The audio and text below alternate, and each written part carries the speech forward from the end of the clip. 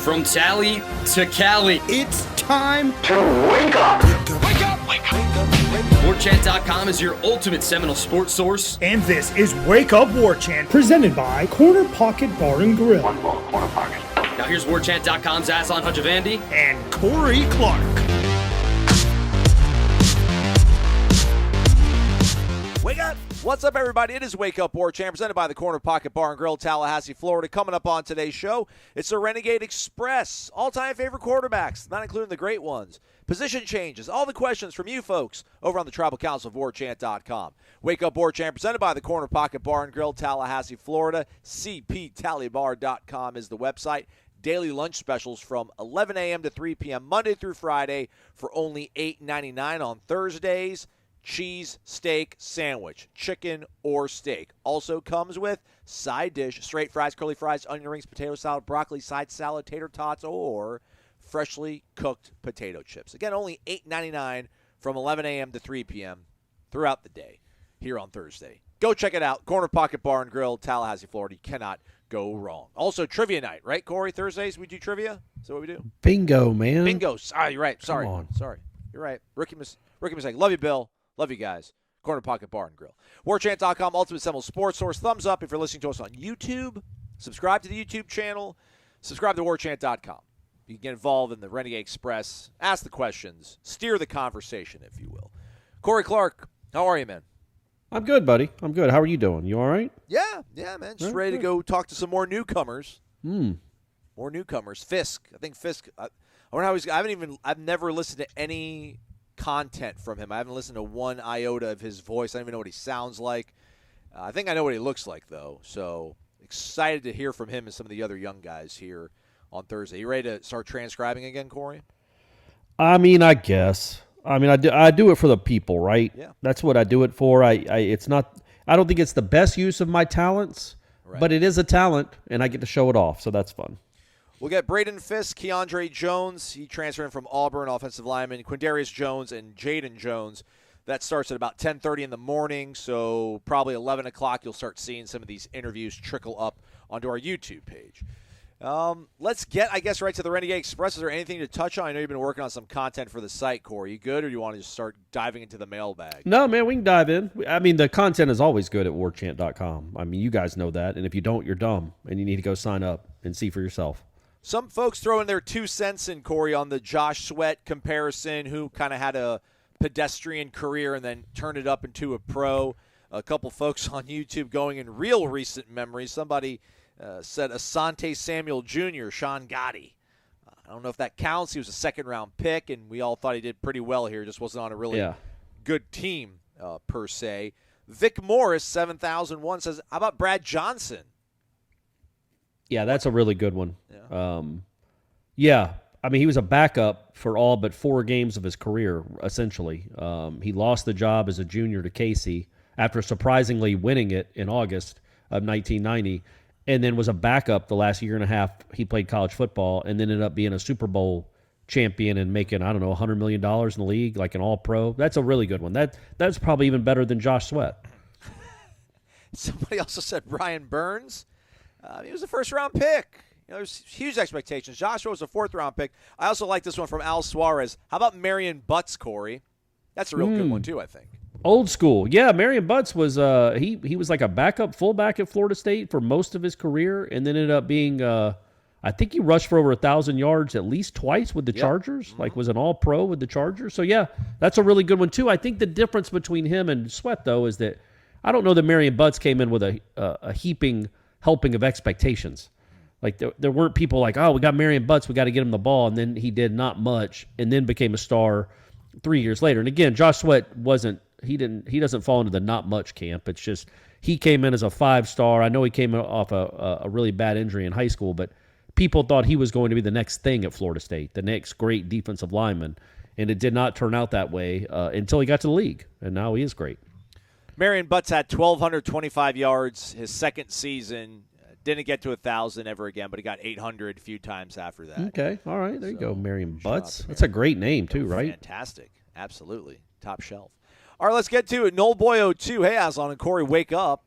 Who are your top 5 FSU quarterbacks of all time? excluding the Heisman winners. Thanks for answering my question. Support the players, sponsors, collectives, and FSU. This is like, I don't know, Stephanie telling you, hey, Corey, let's go on vacation, but don't pick Europe, nor in Asia, nor in the Americas. It's like you're taking everything off the table. Like, where else are we going to go? It's a tough one.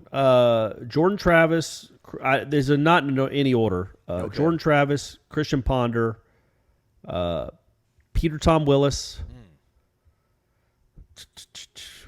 Danny Cannell, and Casey Weldon. Okay. Maybe EJ. Did I say EJ? You did not say EJ. Him or P.T. Willis? I don't know, man. P.T. Willis was so good that 1 year he got to play.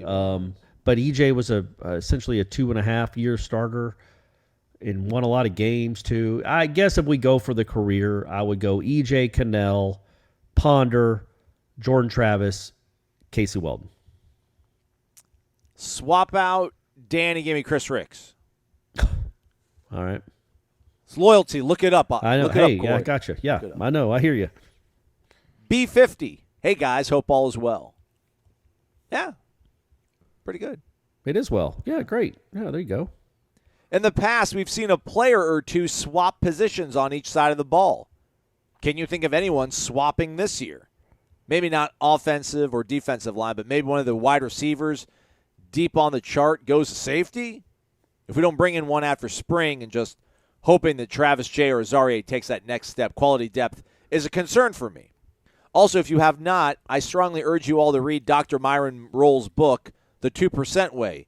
Mickey Andrews taught him well. Enjoy your day. I don't know that Myron was a Mickey creation. Myron was always wired differently, right? Like he was an incredible student before he got to Florida State. I'm sure he learned plenty of life lessons playing for Mickey, but I think I want to blame his upbringing for the way he turned out, more than Mickey, and I love Mickey more than anyone. But yeah, what a great ambassador for Florida State, huh? Yeah.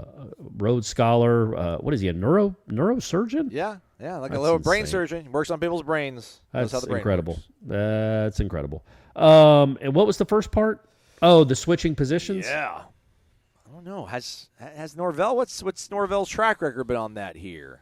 We haven't had a lot. Have we had that really? I mean, DJ Lundy moonlighting on offense, a couple snaps. Or a safety going to corner or vice versa. Yeah. Brendan Gann, I guess, going to linebacker. Oh, there it is. There it is. But yeah, I was trying to think of number one, a wide receiver would have had to have experience playing safety in high school and been good at it. I don't know if any of these guys have. And also, I don't know how much that happens in this day and age moving forward. Like in Ermon Lane, right. I think if Ermon Lane was a 2023 college football player and they asked him to move to safety, he's in the portal. That's just how life is going to work now. I think a guy that's been on campus for a couple years that's practiced receiver is going to stay at receiver, whether it's at Florida State or somewhere else. I don't think there's going to be a lot of drastic position changes. I am interested in where Josh Burrell is in the spring, right? He's still on the team, right? Yes. That's not trying to be dismissive, Josh. It's just hard to keep up with all the comings and goings as an old man like I am now. But yeah, because he, before he got injured, he was kind of not moonlighting. I think he was a running back, and we talked to Norvell about it. Like he had kind of switched between running back and wide receiver, and the wide receiver room is pretty crowded. Burrell is an afterthought there. I'm not saying he's not a good player or can't be, but when you bring up Florida State receivers heading into 2023, nobody mentions him. But then the running back room is pretty crowded too. So maybe he's a guy that might go try to play safety. Yeah, we probably don't talk about it enough. We've mentioned it, obviously, because we have to mention everything. We talk about this team. It's the only thing we talk about all the time. We love it, though. But after, Shaheem and Akeem, kind of shrug your shoulders a little bit when you start talking about safety, right? Yeah, there's nothing there there's nothing, there's no proven commodities at all there. And it's not like Akeem Dent, Shaheem Brown I think Shaheem's going to be a good player, but it's not proven yet. Akeem Dent, wasn't great this past year. After being pretty good at the end of 2021. So I would be very surprised if the next time the portal window opens that there isn't a safety that falls from the heavens Yeah. and lands in Tallahassee. I wonder if they got any plans for Jarian. I wonder if he could play safety at all. I mean, maybe, yeah. Or Renardo, but Renardo was so good at corner, I don't think you'd want to move him back. Yeah, I think you got him and Cypress. You like those two guys, and then you got Greedy and Kevin Knowles. Well, and Azarie. Yeah. Maybe Azarie. Yeah. If he's not beating out Cypress, most probably, and not beating, I mean, Renardo started over him this year. So, maybe he sees a chance to play more at safety. And he is rangy and fast. I feel like that would translate pretty well at that position. So maybe that's a position switch to watch. Yeah. Otherwise, looking at wide receiver, there's no one that stands out to me as being like, oh, yeah, why don't you give him a shot on that other side of the ball? But we'll continue to monitor it, though. Good question. Good question nonetheless. Next up, we got XDQ004. A little off-season, off-topic. Shout out to our guy, Derek. Wake up! What's your favorite, or rather, what's your choice for best sports movie of all time for the following sport? Football. He goes with Any Given Sunday. Best football movie. Varsity Blues guy. Man, none of them are great, though, right? I'm trying to think of one that's like Friday Night Lights was pretty close to the book, but it wasn't incredible. The book is incredible, but I'm trying to think. Let me go back to that one. The Program? No. Brian's Song? I mean, I saw that once when I was a kid. I don't really remember it other than it's sad and Brian Piccolo dies. Spoiler alert. Sure. And Gale Sayers does not die. Yeah, everyone's yelling, whatever, longest yard, North Dallas 40. But you got Burt Reynolds. That's it's a cool premise and it's a good movie and it's Burt, so that helps. But like a college football or a pro football movie, they're just, I don't know, they aren't great ones. Draft Day, Kevin Costner vehicle, that was really good. Chadwick Boseman was in that. He was the and one of them, I think one of the guys they draft is the running back from Florida State. Okay. Yeah. I'll stick with Varsity Blues. Basketball, Derek goes with Hoosiers. Yeah, that's mine too. I'll go with White Man Can't Jump. Okay, all right. Still haven't seen Teen Hoosiers. Wolf? Still haven't seen it. Oh, that's weird. You should see Hoosiers. Baseball, he goes with The Natural. No, I definitely don't agree with that. I'm not shunning anybody's opinion because my choice you might think is goofy. I think mine is either Bull Durham or Field of Dreams. Major League is really funny too, really funny. Yeah. There's a lot better choices in baseball and boxing than any of the other sports. I didn't like The Natural just because it was so comic booky, and I know I'm saying that just to mention Field of Dreams and all the craziness that ensues in that movie, but it's just like, he was shot as when he was a kid and he was going to be great, and then he comes back and out of nowhere and he's hitting these home runs where he literally hits the cover off the ball, and again, spoiler alert, when he hits the game-winning home run, the lights explode, just all this kind of crazy stuff. So I wasn't even when I saw that as a kid, I'm like, this is kind of out there, man. This is a little too much. So I've always been more of a Major League, Bull Durham, Field of Dreams guy. Trouble with the Curve. Did you ever see that? No, I haven't. It's awful. Awful. Okay. Ridiculous. The whole premise of it. The number one pick, Clint Eastwood's out there to he's a scout for the Braves, I think. And it's the guy that's going to be the number one pick in the draft. And he's got a great swing, the actor playing this kid. But he's probably, I would guess, 50 pounds overweight. And he plays, I assume, first base. You tell me, Aslan, the last time a fat 6'3" guy got drafted number one.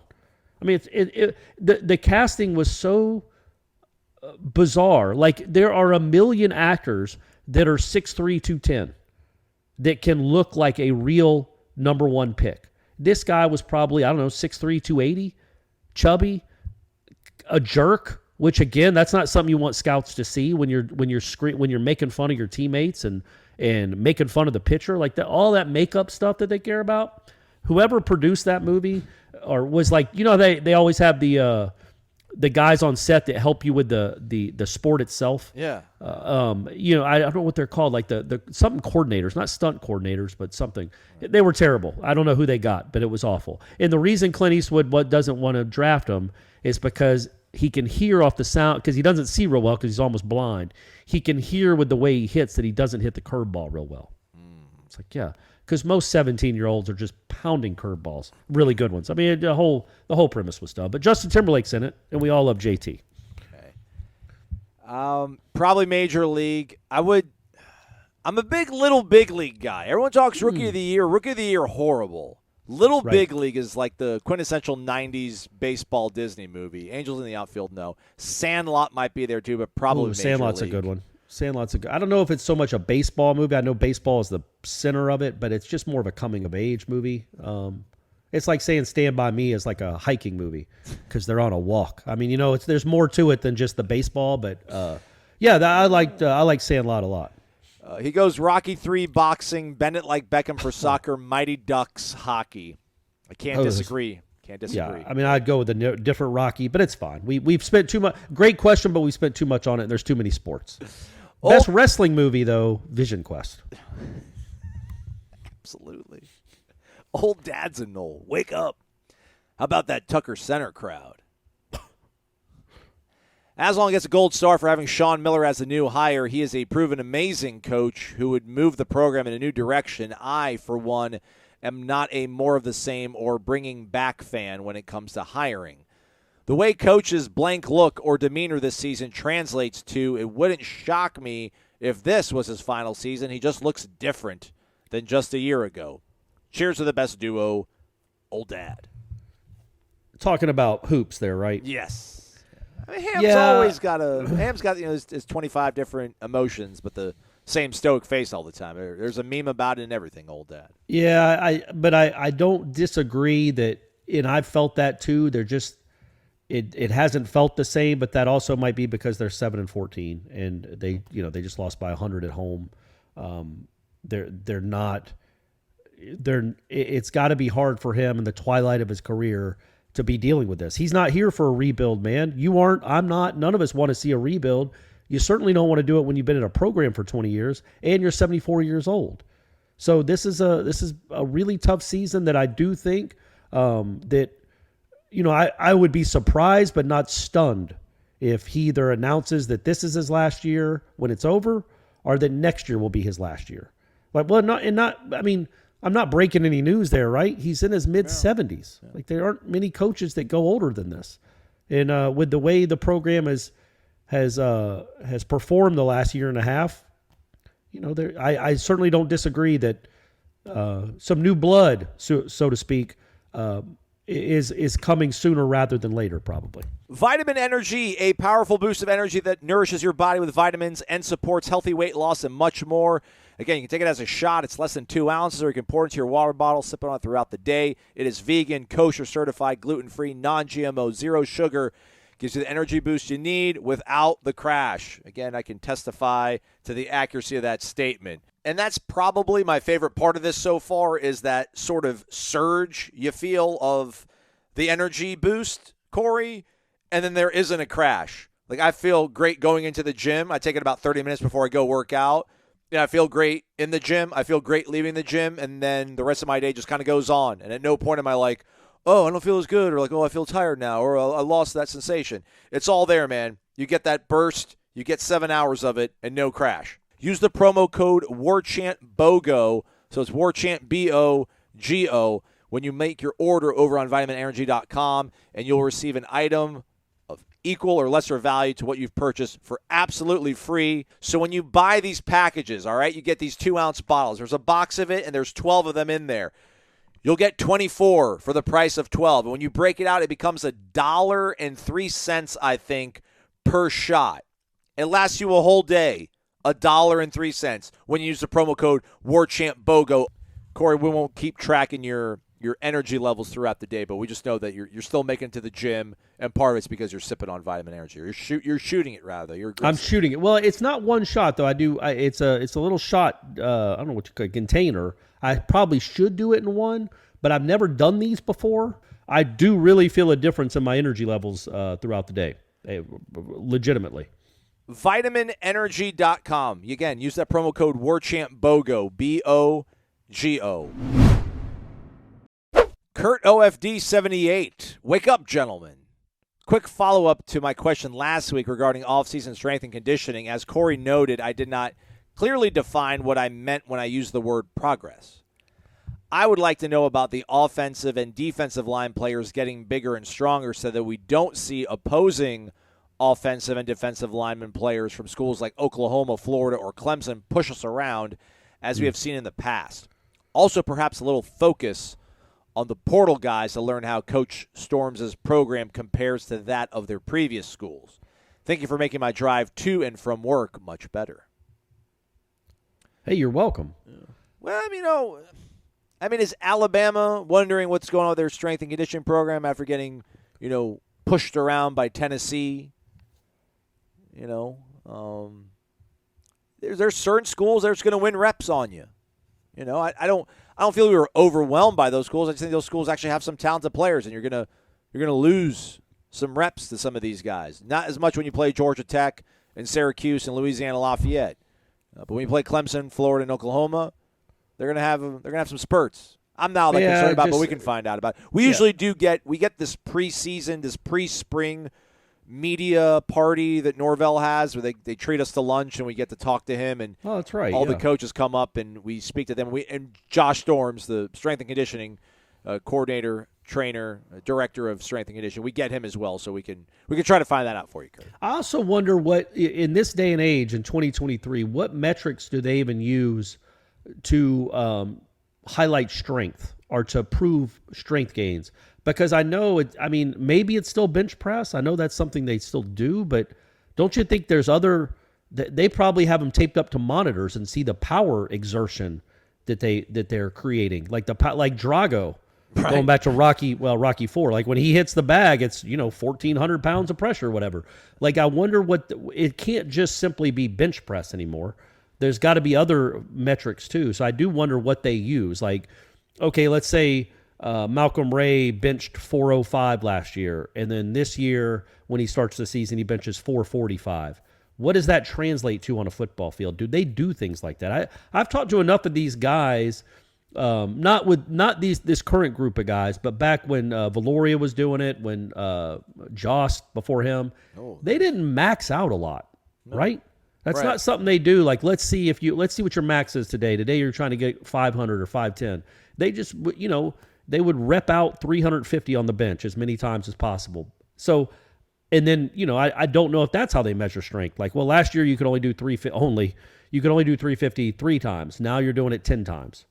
It's definitely something to track in the off season. It's certainly right to care about it because a lot of times they were on skates, man. When Lovett wasn't in there, Cooper not being well, they were pushed around a good bit. You don't want to see that anymore, but I wonder how much these gains over the next 9 months will be able to tell us until we see it in action on a football field. Yeah.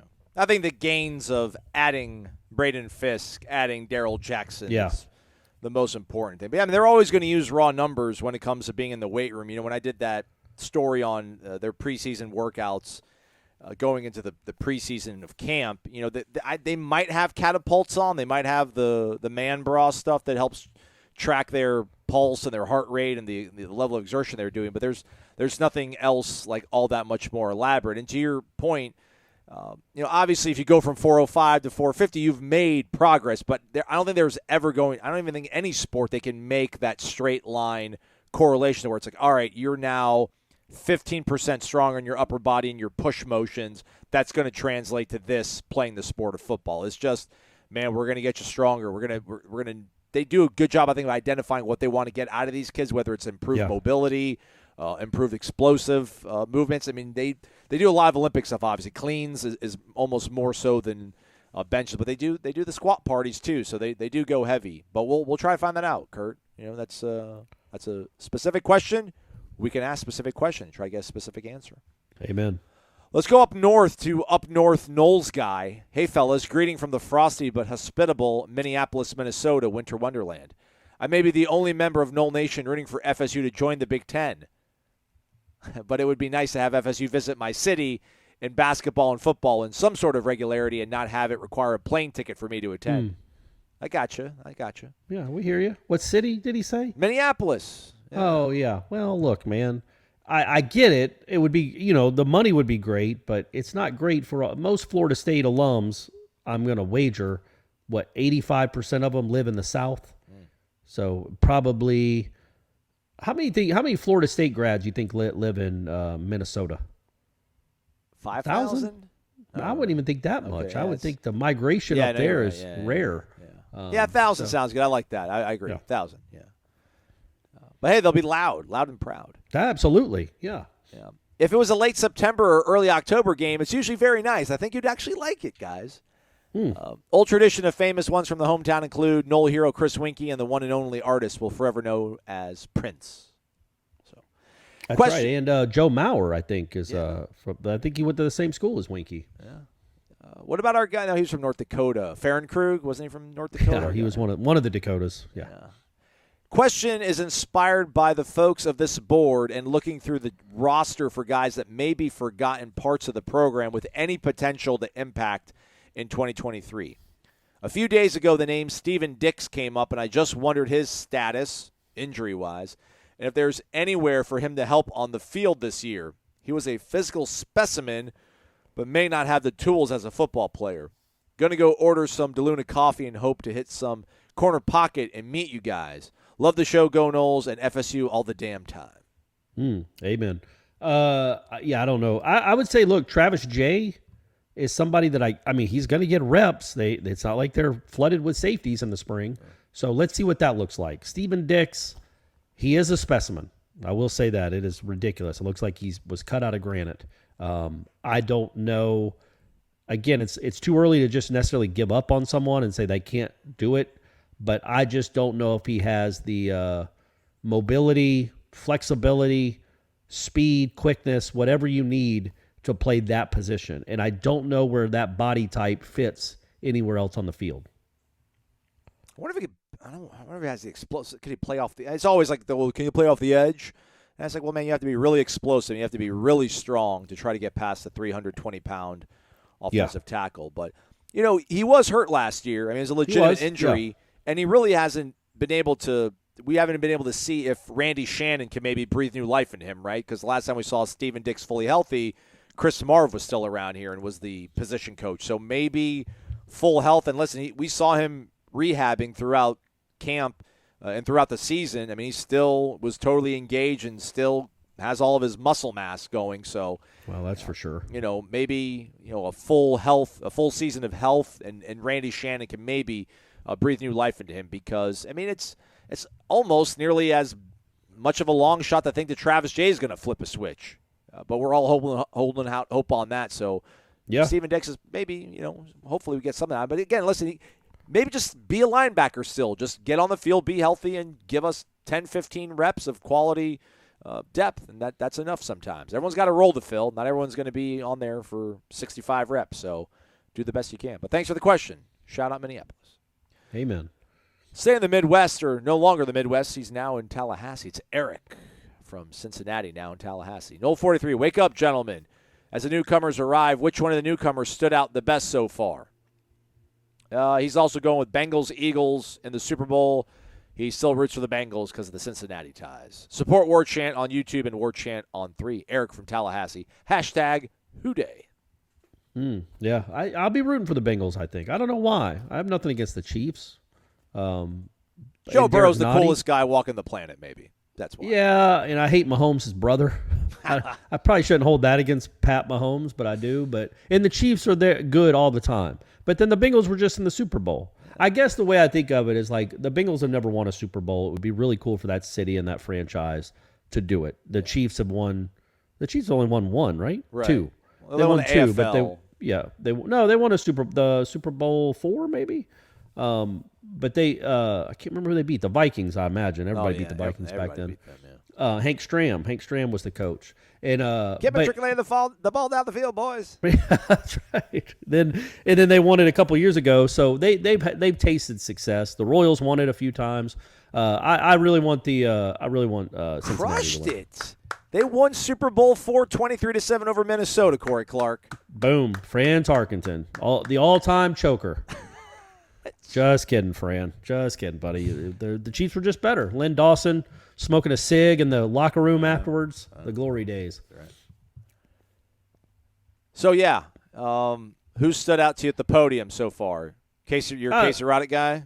Yeah, well, yes. And the guys we talked about yesterday. Vandrevius Jacobs, really sharp, and then KJ Kirkland, too. And Jaheim Bell, just because of the way he carries himself. He is an alpha. He is a guy that thinks he's awesome, and those are always good to have on your team. And he is very, very good. That helps too. I actually read this one, and maybe I can skip it, or I'll just go with it, right, Corey? Okay, yeah. Island Chief, wake up! Let's touch on the most god-awful subject in college athletics: NIL. Learfield joined forces with Rising Spear to move that collective forward, which of course now brings IMG into the picture more as a managing partner, it seems, than as a revenue source. But A&M, John Ruiz, Gator Collective, Barstool Sports all have shown the advantages and peril of NIL. What is the legislation in Florida this session regarding NIL, and how could it be improved? What is FSU's position? As always, support the sponsors. Give the points at MyBookie and fly with the Eagles. There you go. Give the points. All right. Okay. I haven't looked at the agenda. I don't know exactly what is percolating in the hopper over at the state capitol. What can it be? It's the state level can do all they want. I mean, I don't know. If you're Mike Norvell, do you want anything to change? I was going to say, what are you doing? What any of these schools? What do you really want to be tied to this, or would you rather them be like an independent third party than actually you being able to work with Battles End and Rising Spear? I feel like at least the last 3 months, it's worked out pretty well for Florida State. So I don't know that they want to change anything right now. You kind of want to just have your hands up, like I don't know what's going on there. It would be nice if they could legally talk to the people making offers for them. See, I don't know if they want that because there's plausible deniability. Is that the legal jargon on it? Because you're not allowed to do that. Like Mike Norvell, football coaches cannot speak directly to a collective and say, "Hey, go after this guy." Same thing. Just like in 1989, a five-star running back couldn't get a bag of cash on his front doorstep. Exactly, everybody. So, why change it? Why make it that, Why make it above board? Why make it on the table? You know what I mean? I got you. Ultimately, it's going to, at some point, maybe arrive at the desk or the footstep of the nation's capital, because I think that's the only way it can move forward. Because at that point, it needs to be a federally regulated sort of industry. I mean, because if you're just going to let all these states figure out their rules, I mean, nothing's going to be consistent unless there's some sort of, collusion almost, where like the Texas legislature is working hand in hand with Florida to try to become some sort of industry leader on how we're going to move forward with this whole thing. But it's part of my job. I need to pay more attention to it, but it is the most god-awful subject in college sports, and it brings me down. So I try not to troubleshoot and postulate what's going to happen that much. But all I know is apparently right now, your favorite team, everybody, seems to be in pretty good hands when it comes to this stuff. So, and your rivals are not, right? Cormani McClain dipped on Miami, dipped on Florida, dipped on Miami, ends up in Colorado, and then the quarterback, same thing, right? Rashada was committed to Miami, then he was committed to Florida, now he's going in neither of those schools. So, meanwhile, you've got a Heisman contending quarterback, and you've brought in, 3 out of the top 15 guys out of the portal. 4. So I'm just going to not say anything, guys. Yep. It's all right. Whether you bet to earn or to make the games more exciting, MyBookie.ag gives you the most for your money with their redesigned deposit bonus. Use the promo code WARCHANT on a deposit of $50 or more and receive a cash bonus instantly to your MyBookie account. All right, let's go with some of these alternate lines, everybody. There's over 270 props on the KC-Cincinnati game as well as the Niners and Eagles. Let's go with the shootout in the Midwest. Let's do the first quarter point total. We'll go over 10 points. It's plus 138. And then, just so we get a dub under ourselves for the weekend, let's just go ahead and pick Novak Djokovic to win the Australian Open. He's minus 500, but, man, he's on a mission. He's angry, and he's wired differently. I can't see him other than like an injury, retirement, losing. So those are your two picks. MyBookie.ag, again, use the promo code WARCHANT. Get a cash bonus instantly to your MyBookie account. MyBookie, bet anything, anytime, anywhere over at MyBookie.ag. Let's go to our guy Mark, Naples. M. Adams, CZ. Wake up. Well, we're in the dreaded lull of the offseason. When's the last time you felt the offseason was going to last forever? I feel that way only because I'm so dang excited to watch this team play again. And they should be that much better. Feels like when you go to bed as a kid on Christmas Eve, you can't sleep. It seems like an eternity before you're allowed to get out of bed and see those gifts. I guess it would be the offseason after the 13 national championship, but this feels different because of how far the team has come in 2 years and what they could accomplish in 2023. Do you agree? How's this offseason feel for you, Corey? I mean, this month feels like it's lasted forever. This feels like it's been. I feel like we should be in March right now, and we're not even out of January. It's gonna be a long offseason. We're gonna do our best to get through it together, gang. We're gonna try, and it does help that spring is coming up, and then there will probably be another little portal window there, so there'll be some excitement there. So, I'm really kind of the April to July. That's the lull to me. Like, this is still, not that it's been great, but you got college basketball, baseball, the spring training starting in a few weeks. There's still excitement around.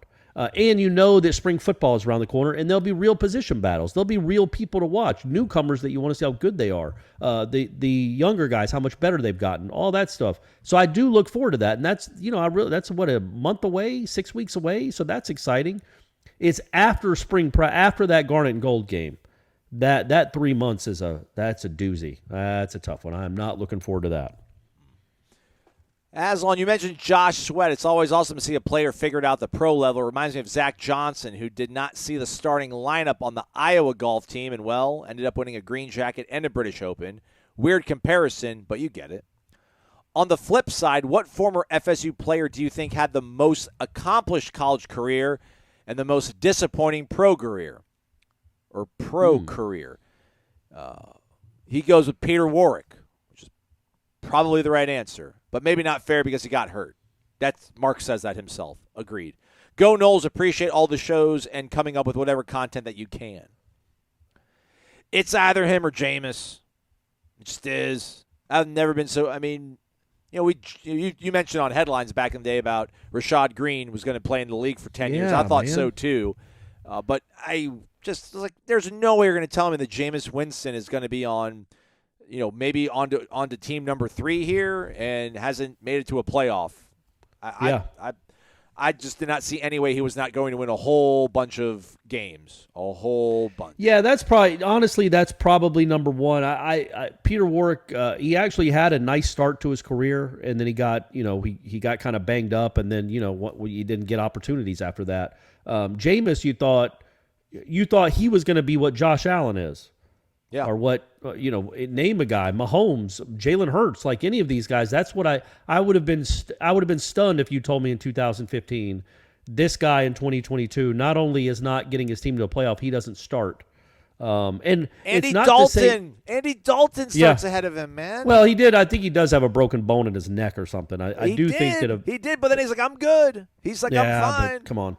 But I do think that I don't think he's a bust like a Ryan Leaf or a Rick Meyer, one of these guys, because he did play, and he threw for 5,000 yards. He made a Pro Bowl. Like he did accomplish something with the Bucs. Yeah. But he just, he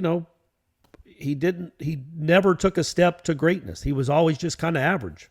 And I never thought that would be him. I just thought he was built different, and that wouldn't happen to him. I thought he was and I guess I turned out to be right in this. But I remember going into that draft thinking, I know they're saying all the things about him off the field, and Mariota apparently is the best person on earth.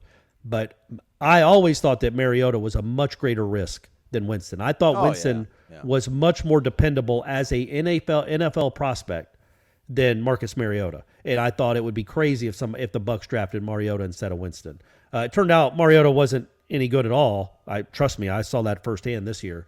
Jameis is better than him, but that's a small bar to clear. So maybe it's different if he goes to a different franchise. But as soon as he left, the other guy comes in and wins the Super Bowl. Exactly. So, and he had weapons, man. And yes, I know he put up a lot of yards. And, he had Lovie Smith to start off with, and they liked the way he played. They got rid of Lovie Smith. They went all in on Dirk Cutter. They got rid of Dirk Cutter. Yeah. They brought in Bruce Arians. Like he's had some pretty good offensive-minded coaches to work with, too. In that last year, both Evans and Godwin at the end of the year got hurt. And so did whoever his third guy was. So he was throwing the dudes off the street. And that, I think he threw like probably 8 picks in the last 3 weeks or 9 in the last 3 weeks. A lot of that did have to do with it's Jameis still believing in his dudes because he always will, but he didn't realize, I'm not throwing to Mike Evans and Godwin. I'm throwing to these guys that can't play. I should just check down. I should be Kirk Cousins here and go 21 of 25 for 155 yards and no turnovers. If he'd have done that, he might have started the next year, at least somewhere. But he's still Jameis, so he's going to wing it and fling it, even when he doesn't have anybody out there to throw it to, and he kept throwing it to the other team because they couldn't win one-on-ones. And I just think if he'd have had the mentality, just that one last month, that his career completely turns out differently. But he played the same way he did, like he was throwing to Kelvin and Rashad, or Mike Evans and Curtis Godwin, or the other guy, Vincent Jackson. John Godwin. Not John, that's the guy I knew. Chris Godwin, sorry. Yeah, there you go. So yeah, and then that's what ended up happening is he kind of intercepted himself almost out of the league, and it's gonna be really interesting to see where he lands, if he lands in 2023, because the amount of service time he has in this league, you can't just pay him a minimum. Like the minimum for somebody that's been in the league for 8 years is a pretty good penny. But that said, he's better than Huntley for the Ravens, right? What about Skylar Thompson? Yeah, he's certainly better than that dude. He's better than Bridgewater, I think. He should be he's certainly good enough, I think, to be a second. He's better than Ritter.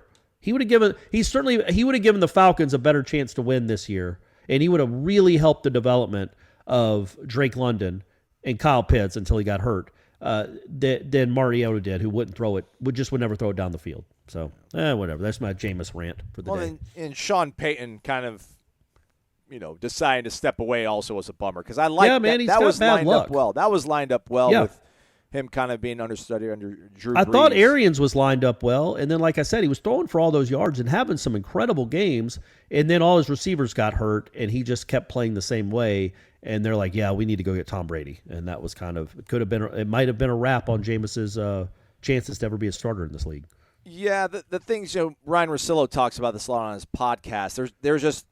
There's overwhelming evidence, or rather like a dearth of evidence, that these first-round picks, like these top-half quarterbacks, like if it doesn't work out, it doesn't work out. Like whether it's Baker Mayfield or Sam Darnold or, the list goes on, these guys, the whole new scenery sort of thing, they'll always get a chance because they think, maybe there's something left in there, but it never works out. Like when these guys get missed on, Josh Rosen, all those guys, like it never seems to come together. Yeah. Hopefully, prove me wrong. I don't know. Sean Payton, go get a good job somewhere. Bring in James to maybe be the backup. Let the guy get hurt, and then James will take over. And then we're laughing. Amen. Good. It'd be a great comeback story.